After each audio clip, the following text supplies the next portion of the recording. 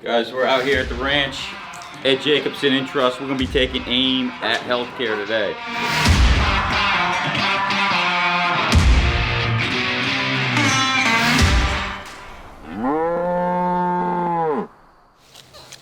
So we're talking about this lovely thing called healthcare, and you're in the TPA business, what, 40 years? 50? Do we want to admit how long?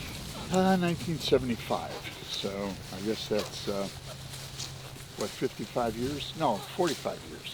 45 years. So you jump into this lovely thing called healthcare, and you figure, hey, I'm gonna beat this game, or what? What are we thinking when we get into this TPA side? No, actually, what happened was an accident.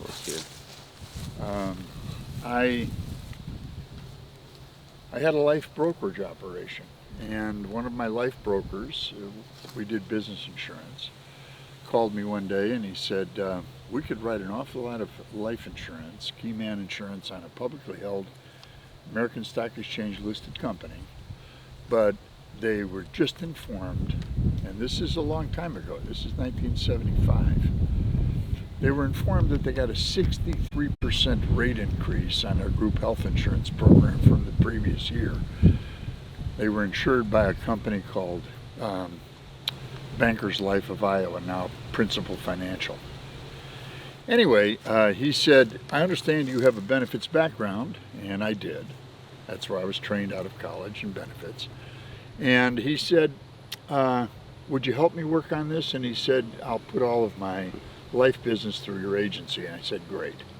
ERISA was passed in 1974, which enabled employers to self-insure in any state in the United States and not be considered being in the insurance business without an insurance company. See, prior to that time, if you insured anything or paid benefits, you had to be licensed as an insurance company, which meant capitalization, surplus, and all sorts of things.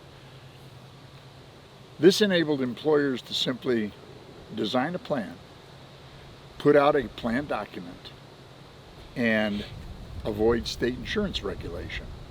And since it was federal law, the thing that a lot of people don't realize, not only do states not have authority over a self-insured plan, but the self-insured plan for an employer located in Illinois could establish their plan as a trust in Nevada, Texas, Florida, wherever. The situs of the plan does not necessarily have to be where the employer's business is located. Okay. Do insurance commissioners of states like that? No.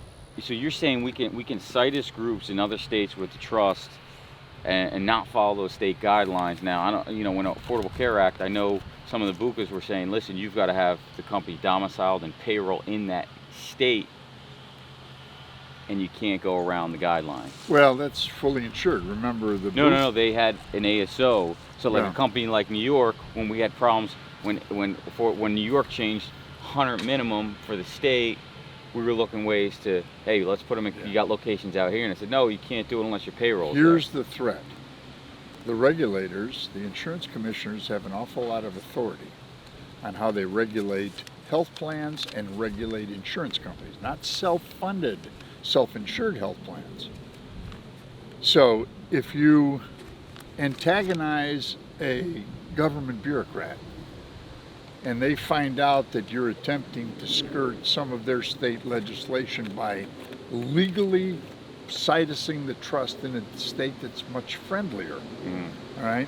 When you try to get other things accomplished that require their approval in that state, they have the ability to deny Kill the deal. So as a result, it's an implicit threat. It's not a direct threat.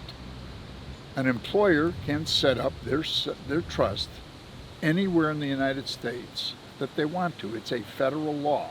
The federal law, ERISA, says that an employer can self-insure without being considered in the business of insurance.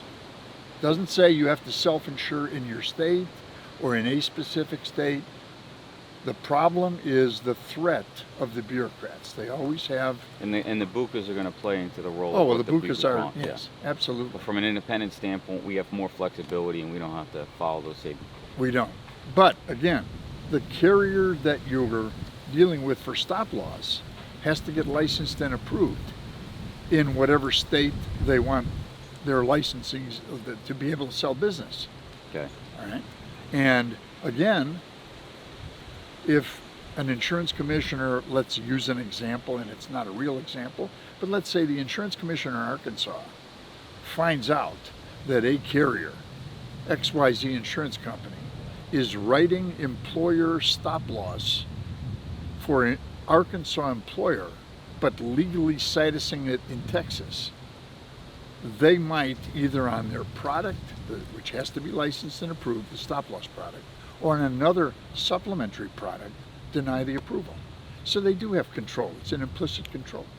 Got it. So these employers, so as this ERISA is passed, it says employers are looking for a better way to manage the expense of health care on their own, like they control their components of their business, instead of saying, hey, insurance company XYZ, you manage this expense for me. Yes. Now employers are saying, hey, I'm going to do this on my own. Well, and the insurance companies, when they function as an ASO, they're going to pretty much adhere to state mandates within the state in which they do business. Because they do have so much fully insured business, they don't want to play. They also don't have a lot of flexibility in plan design because they have antiquated systems, legacy computer systems, and they don't want to go through an entire computer conversion and significant dollar expenditure to help an employer design a unique plan. So that's the area where the third-party administrator has been a threat to the carrier ASO. All third-party administrators, whether they take advantage of it or not, have the ability to do flexible things that better meet an employer's needs than a carrier ASO.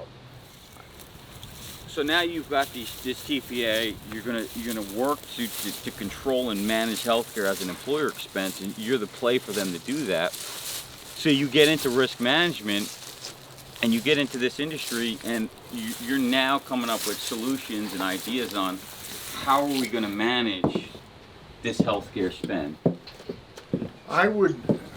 First let me say I would love to say that I thought about this and had it all thought through before I became a TPA. That's not exactly how it happened. It happened because when this employer, this American Stock Exchange listed employer, got the rate increase, and I assisted a broker in the Houston area in working on it, I said, wait a second, why can't they partially self-insure, even though there is no such thing legally? You're either self-insured or you're fully insured. You're either regulated at the state level or regulated at the federal level through ERISA. What I did is I went out and I looked for a high deductible health plan. And high deductible back then was $500 or $1,000 because every plan, every employer had a $100 calendar year deductible plan. So I went to a couple of carriers, Phoenix Mutual being one of them at the time, and they came back with a quote. And to go from a $100 deductible to a $500 deductible back then, their rates were reduced by 55%. So I'd like to say I was a genius, but I wasn't. All I did is I looked the spread and I said, wait a second. If we were to reimburse 80% after $100 to get to the 500, that would be a maximum reimbursement of $320 per member in any year, calendar year deductible. So I divided $320 into the savings, and I actually had to have more people get sick than existed in the group. It was a no-brainer. I went in to present it. Had no idea what a third-party administrator was. Presented with a broker. The employer said, God, I love these numbers. The logic is unquestioned. I don't want to do it. And I said, why don't you want to do it? He was a CFO. He said, because I don't want to be the person to deny a claim. I don't know how to pay claims. We build apartment complexes. That's what we do. So, spur of the moment decision. I said, what if I perform that function for you? And I have to tell you, because it's funny. He asked, have you ever paid a claim before? I said, no. I never have. As a matter of fact, I can tell you that I looked over the shoulder of a claims payer in training school at Mass Mutual. That was it. But I can hire somebody to do that. And then then he asked the CFO question, well, how much are you going to charge me to do that? I had no idea. I mean, I didn't have anybody in my office. I had 2 assistants to do life insurance quotes for brokers. So he said, I need a number. I said, $5 an employee a month. He said, where'd you get that number? And I said, you don't want to know what orifice I pulled it out of. So he said, you're on. I said, for when? This was in September of 1975. He said, October 1st. That's when our renewal rates come in effect. So within a matter of less than a month, I became something which I found out later they called a TPA. In February of '76, I wrote a 300 life group in Texas area with another broker and went to the first SPBA meeting, which is the Society of Professional Benefit Administrators, a year after they formed. So I wasn't in the first year, which was '75. I went in '76. And that's when somebody said to me, oh, you must be a TPA. And I looked at him and I said, what is that? So I guess I was a TPA. By that meeting, I had about 6 accounts with different brokers around the area. It was an extremely difficult sale. Why? Not because it was illogical, not because the numbers didn't work. It was a difficult sale because I was the only one doing it. And I had one of my brokers who did a lot of life business with me, and I called him up. He said, his name was Clayton. I said, Clayton, I have a great idea for you to sell group insurance to some of your big life insurance corporations. And he said, what? I said, self-insured.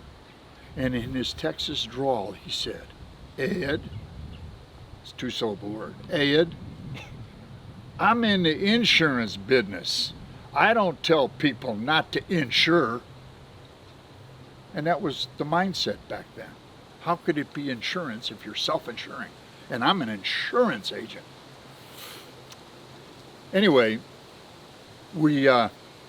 time went on, and I made a call on a 400 life group with another broker in town.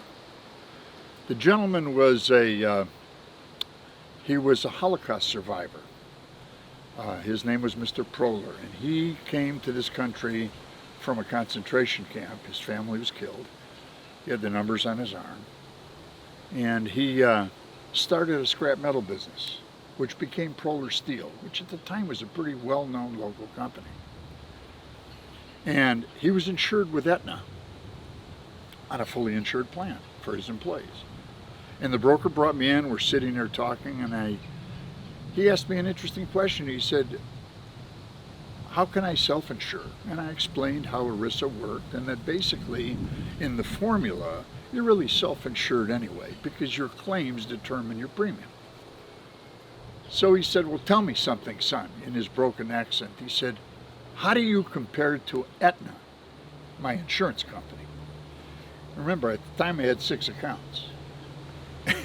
And I said, Mr. Proler, all due respect, if there was an elephant in the room and there was a gnat on the elephant's butt, we would be smaller than the gnat. And he said, and I didn't get the account, okay? I got it 4 years later when the pressure and the environment was right. He was an excellent businessman. I'll tell you for the benefit of this audience, a lesson I'll never forget. I asked him, because I love this business, because you learn and you ask questions. Every time you meet with a prospect, it's like obtaining an MBA. You get knowledge if you'll ask them how they got in business. And Mr. Proler, who was worth millions at the time that I was talking to him, said to me, he said, the key to success in business is to make 1%. And I said, 1%? He said, yes. You buy for $1, you sell for $2, you make 1%, and you'll always be okay. So, may you rest in peace, Mr. Proler, great lesson. Anyway, when it came to TPA fees, I had no idea whether I was making money or not. Yeah, at what point, I mean, it kind of reminds me of when I got in the landscaping business, I'd go up with a pen and pad, I'd say $30. And I'd find out later if I lost money or not, because I didn't know what the hell I was doing. That's what the business was.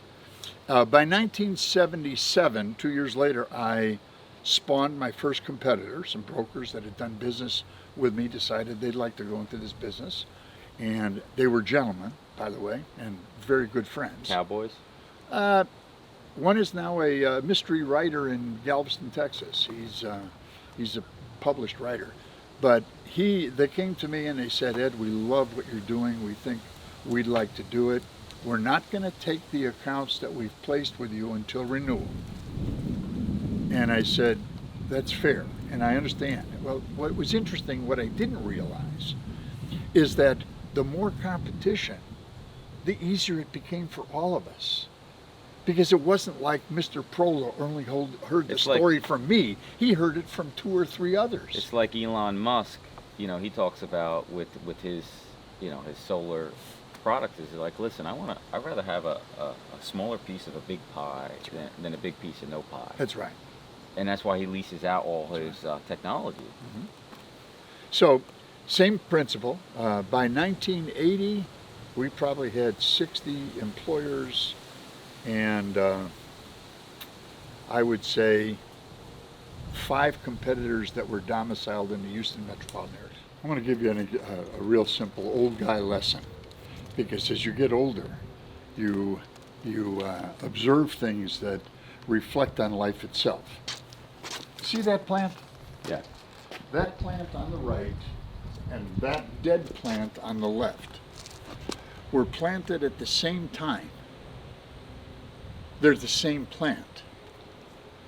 And it's interesting that one is thriving and the other one is virtually dead. They have the same sun exposure.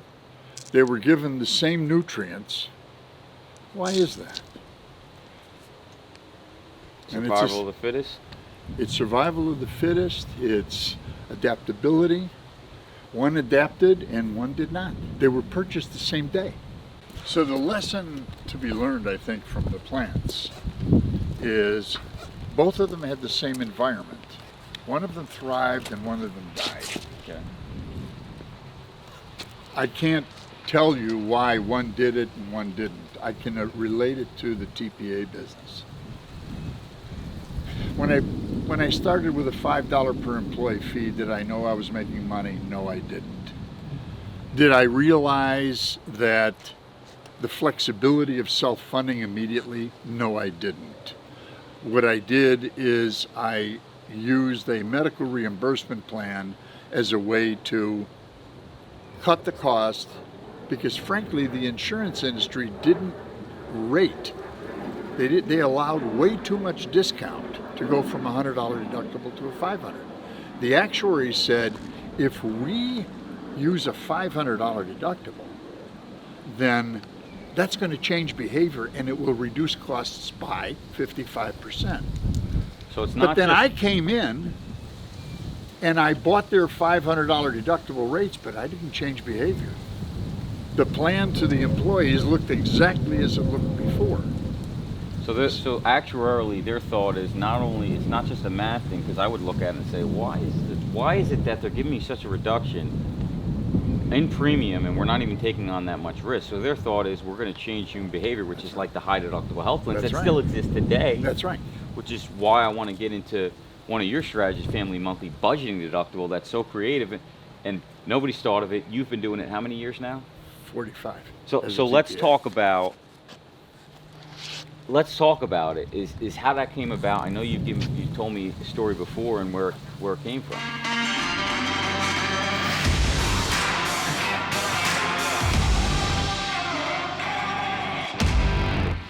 So you come up with this idea and say there's a better way to do this instead of raising deductibles, because it's not changing human behavior. Right. You're leading to what we've created years ago, and we call it the family monthly deductible.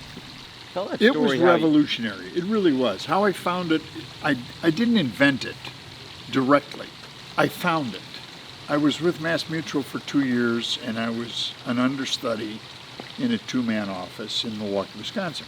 I was given the opportunity to take over a failing office that had had 5 experienced group men in it for 4 years, and all of them demanded to be transferred out because they couldn't make a living. Here we were, a major insurance company. We had nobody that could make a living in Kansas City in the group office, but Aetna had 12 people in Kansas City selling group health insurance. Connecticut General, now Cigna, had people. Businessmen's Assurance, why weren't we making it? Well, there's an interesting thing that you have to realize as a broker, for example. If a carrier has little or no business in an area, their actuaries don't know what the experience is that would be generated by that business, so they tend to be conservative in their manual rates. Mass Mutual's manual rates, because we weren't writing business, were 20% higher than all of our competition. I didn't find that out until I got down there and I moved my family down in 1966. Walked into the office. My predecessor, who was taking a very successful office over in Omaha, Nebraska, right down the road, said, "Good luck, kid." Well, when I went out to call on brokers and I got spreadsheeted, everybody said, "Ed, your rates are 20% higher or better than anybody else on the spreadsheet." And I'll be damned if I was going to fail. So I started, a good group representative will play a rate manual like he's playing a Stradivarius. You've got to maximize the sound that comes out of that instrument. Well, I'm going through the rate book, and there's $100 deductible, and you get this percentage credit if you do 150, and you get this additional credit for 200. None of it was appealing. I can't walk in to equal the rates of the competition with a $250 deductible when they have a $100 deductible. And then I come along, I see in the manual something that they had not discussed ever in the training class. It said $25 family monthly deductible. I'd never heard of it before. And I spent 6 months in the home office with 7 other guys, or in the training class, never brought it up. So I called the vice president of underwriting at the home office, and I said, "What is a family monthly deductible?" He said, "I have no idea." "What are you talking about?" I said, "Pull your manual open. Go to page whatever, 85. What is that?" He said, "I have no idea. We've never sold one." I said, "Well, how does it work?" He said, "I don't know." I said, "Can you check it out for me? Because I've used the rating manual, and if I'm doing it correctly, I want to be able to market this. It comes in price competitive." So he calls me back a couple days later. He said, "Well, the actuary that created it is no longer with the company. Nobody's ever sold one." I said, "Well, is it filed and approved in all states, particularly Kansas and Missouri?" He said, "Yes, it is." I said, "Great. I'm going to sell one. Send me a certificate so I could read how it worked." It made sense to me. Still does.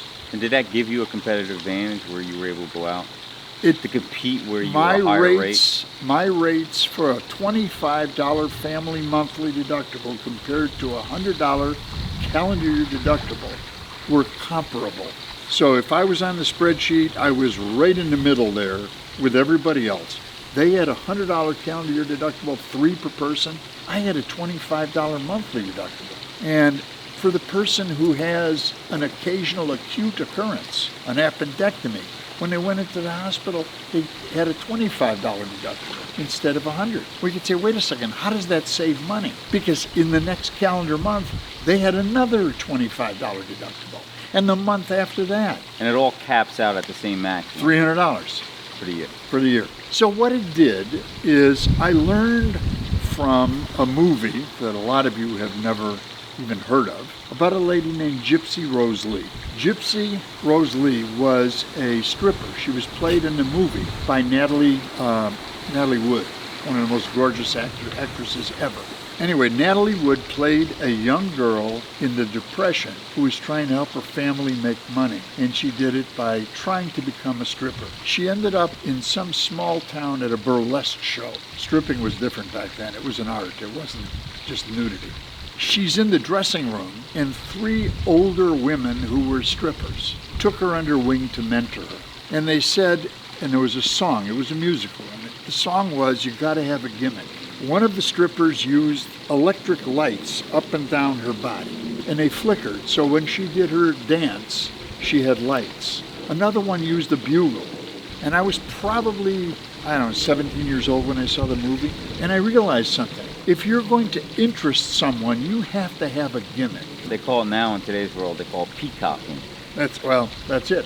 You put a cowboy hat on, baby. That's it. Stand out. Well, what the family monthly deductible did for me was it made me different from everybody else. So when all of my competition was here hawking their $100 calendar year deductible, at the same rate, I could say, I'll reduce your deductible to 25% of what it is for most people who have a once in a year occurrence.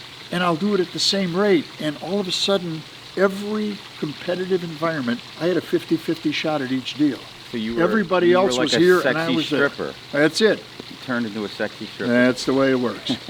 And you know something? What was interesting is that behavioral change, just that difference of $75, but the fact that if the new calendar month started, there was another deduct, it changed behavior. People, sure, did they abuse it? Do you call it abuse when somebody gets everything taken care of in one calendar month so they don't have to have another deductible? So let's look at that. So you talk about human behavior, and you told me the story that you explained to an employer is why is it that those deductibles, the high deductibles and stuff didn't work because of human behavior with the family monthly fixed?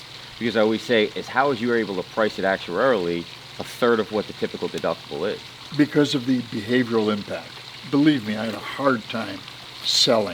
real hard time selling carriers, stop-loss carriers, in setting their aggregate on the value of a family monthly deductible. In fact, Hobson Carroll, our actuary, argued with me. He said, wait a second, now people aren't going to spend $100, they're going to spend $25. That's going to increase claims costs because the industry is run and the rate manuals are created by actuaries. They deal with empirical reality, empirical numbers. Behavioral change is not empirical. You can't measure it as, at least in the past, they couldn't measure it. Every carrier I approached said, well, if you'll give us some of your existing business so we could look at the experience, we'll try and figure out how to rate this under our manual. And I said, wait a second, that's an interesting thing. I have business partners in the form of stop-loss carriers who have entrusted my idea and have taken a leap of faith that the family monthly deductible would result in a better end result. And now you're saying to me you want me to abandon that relationship to be able to get you to understand what I've been doing and what they've been helping me with? Not going to happen.